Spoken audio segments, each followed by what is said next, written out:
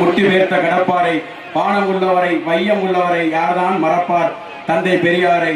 எங்கள் அறிவுலக ஆசான் தந்தை பெரியாரை நினைவு கூர்ந்து தலைவர் என்பார், தத்துவ மேதை என்பார், நடிகர் என்பார், நாடக வேந்தர் என்பார், சொல்லாற்றல் சுவைமிக்க எழுத்தாற்றல் என்பார், மனிதர் என்பார், மாணிக்கம் என்பார், மாநிலத்து அமைச்சர் என்பார்.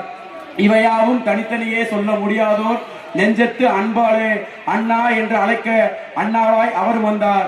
எங்கள் அறிவுலக ஆசான் தமிழர்களின் அரசியல் முகம் பெருந்தகை பேரறிஞர் அண்ணாவை நினைவு கூர்ந்து பெரியார் மரித்து விட்டார், அண்ணா இறந்து விட்டார், இதோடு கழகம் முடிந்து விட்டது, திராவிட இயக்கம் சரிந்து விட்டது என்று ஆரிய பகைகள் நம்மளை சூழ்ந்த போது 1969 முதலமைச்சராகவும் 1970 திராவிட முன்னேற்ற கழகத்தினுடைய தலைவராக பொறுப்பேற்ற முத்தமிழறிஞர் டாக்டர் கலைஞர் ஸ்டாலின் அவர்கள் 50 ஆண்டு காலமாக இந்த திராவிட இயக்கத்தை, திராவிட முன்னேற்ற கழகத்தை கட்டி காத்து 5 முறை அதிகாரத்துக்கு கொண்டு வந்து இந்த தமிழ்நாட்டை நவீன தமிழ்நாடாக மாற்றிய முத்தமிழறிஞர் கலைஞர் ஸ்டாலின் அவர்களுடைய கழக உடன்பிறப்புகளை 1968 தன்னுடைய 14 வயதில் கோபாலபுரத்தில் இளைஞரணியை தொடங்கி 1972 மேடை ஏறி 23 வயதிலே மிசாவில் கைதாகி 32 வயதில் சட்டமன்ற தொகுதிக்கு போட்டியிட்டு தோல்வியடைந்து 40 வயதிலே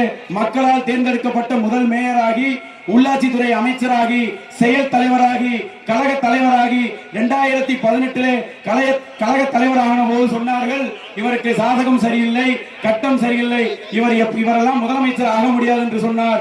இன்று இந்தியாவே சொல்லுகிறது, இந்தியாவின் நம்பர் 1 முதலமைச்சர் என்று சொல்லக்கூடிய தளபதியார் மு.க. ஸ்டாலினுடைய அன்பு உடன் பிறப்புகள் அனைவருக்கும் நான் சார்ந்திருக்கக்கூடிய அவுனியாபுரம் மேற்கு பகுதி திராவிட முன்னேற்ற கழகத்தின் சார்பாக வருக வருக என வரவேற்கிறேன். இந்த கூட்டத்தை பார்க்கும்போது அவ்வளவு மகிழ்ச்சியா இருக்கு. 50 ஆண்டு காலத்திற்கு முன்பாக இவ்வளவு பெண்கள் வீட்டை விட்டு வெளியே வர முடியாது, படிக்க முடியாது, அடுப்படிதான் கிடைன்னு கிடக்கணும். 1950 நேரு அவர்கள் பிரதமராக இருக்கிற போது புரட்சியாளர் அம்பேத்கர் அவர்கள் இந்து பில் என்கிற இந்து பெண்களுக்கு சொத்து உரிமையிலே சமபங்கு பெண்களுக்கு வழங்க வேண்டும் என்று நாடாளுமன்றத்திலே ஒரு சட்டத்தை முன்வந்தார். வந்தார். அன்றே நாடாளுமன்றத்தில் இருந்த அன்றைய எம்பிக்கள் அந்த சட்டத்தை ஏற்ற விடாமல் தோற்கடித்து விட்டார்கள். அந்த சட்டம் தோற்கடிக்கப்பட்டதால் தன்னுடைய இந்து பெண்களுக்கு உரிமை வழங்காத இந்த சட்டத்தை கண்டித்து நான் என்னுடைய பதவியை ராஜினாமா செய்கிறேன் என்று அம்பேத்கர் சொல்லிவிட்டு வெளியே வந்து ஒரு விஷயம் சொன்னார். அது வரலாற்றோடு புரிந்து போகிறது. இன்று வேணுமானால் நான் கொண்டு வந்த இந்து பெண்களுக்கு நான் கொண்டு வந்த சட்டம் தோற்கடிக்கப்பட்டிருக்கலாம்.